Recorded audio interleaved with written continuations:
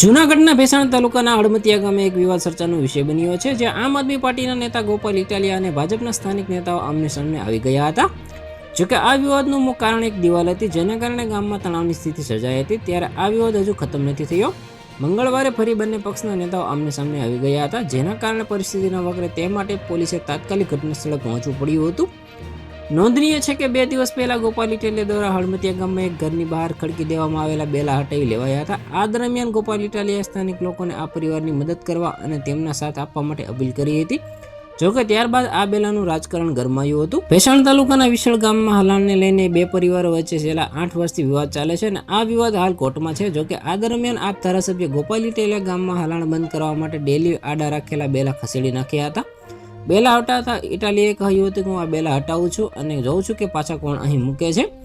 જોકે ઇટાલિયાના બેલા હટાવ્યાની થોડી જ વાર બાદ રાત્રે ગામની પંચાયત ટીમ અને ઉપપ્રમુખે આવીને ફરી બેલા ગોઠવી દીધા હતા અને હલાણ બંધ કરી દીધું હતું. તેમજ કહ્યું હતું કે આ કેસ હાલ કોર્ટમાં છે, સાથે મામલતદારનો ઠરાવ પણ છે.